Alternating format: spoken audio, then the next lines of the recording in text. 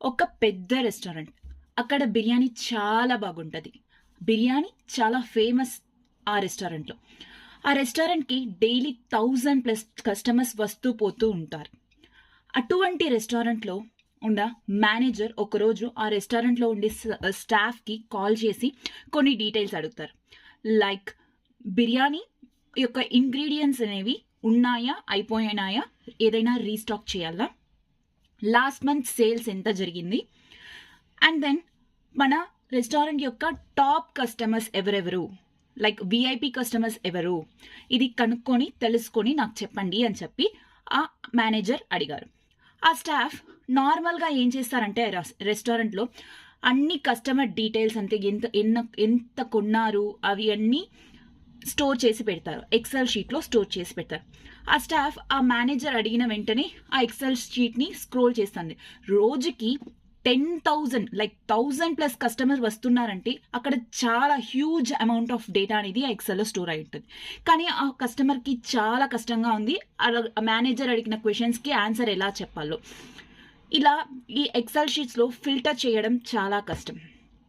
ఈ కష్టాన్ని ఓవర్కమ్ చేయడానికి డేటాబేస్ అనే ఒక సిస్టమ్ని తీసుకొచ్చారు. ఈ డేటాబేస్ అనే సిస్టమ్ అనేది ఎందుకు ఇంట్రడ్యూస్ చేస్తారంటే ఈ డేటాబేస్ అనేది హ్యూజ్ అమౌంట్ ఆఫ్ డేటాని తీసుకుంటుంది, స్టోర్ చేసి పెట్టుకుంటుంది. ఈ హ్యూజ్ అమౌంట్ ఆఫ్ డేటాని స్టోర్ చేసి పెట్టుకోవడం వల్ల మనం ఏదైనా మనకు కావాల్సిన ఇన్ఫర్మేషన్ని ఆ డేటాబేస్ని అడిగితే కావాల్సిన ఇన్ఫర్మేషన్ని మనం తీసుకోవచ్చు. అలా ఈ డేటాబేస్ లేనప్పుడు, ఒకవేళ ఈ డేటాబేస్ లేకపోతే చాలా కష్టమైండేది. లైక్ ఎక్సెల్ షీట్లో 1000+ కస్టమర్స్ యొక్క డీటెయిల్స్ ఉన్నా కూడా ఆ మొత్తం డేటాను యూజ్లెస్. వెన్ మనము ఆ డేటా నుంచి ఒక యూస్ఫుల్ ఇన్ఫర్మేషన్ని, ఆ డేటాని అనలైజ్ చేయలేకపోయామంటే ఖచ్చితంగా ఆ డేటా అనేది యూజ్లెస్సే. సో అందుకే డేటాబేస్ సిస్టమ్ అనేది చాలా చాలా ఇంపార్టెంట్. నవేడేస్ ఎక్కడ చూసినా డేటాని, లైక్ ఇన్స్టాగ్రామ్ స్క్రోల్ చేసేటప్పుడు కొన్ని పిక్చర్స్, రీల్స్, వీడియోస్ ఇవన్నీ వచ్చి డేటాసే. అండ్ దెన్ అలానే న్యూస్ పేపర్ రీడ్ చేసేటప్పుడు న్యూస్ డేటా అనేది ఉంటుంది.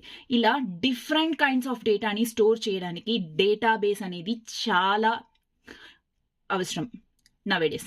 సో ప్రతి కంపెనీస్ లైక్ మెనీ కంపెనీస్ ఇప్పుడు డేటాని ఎవరు అనలైజ్ చేయగలుగుతారో వాళ్ళకి ఇంపార్టెన్స్ ఇస్తున్నారు. సో ఆ డేటాని నేర్చుకోవడం చాలా ఇంపార్టెంట్. ఆ డేటాని ఎలా మేనేజ్ చేయడం, ఎలా అనలైజ్ చేయడం అనేది చాలా ఇంపార్టెంట్.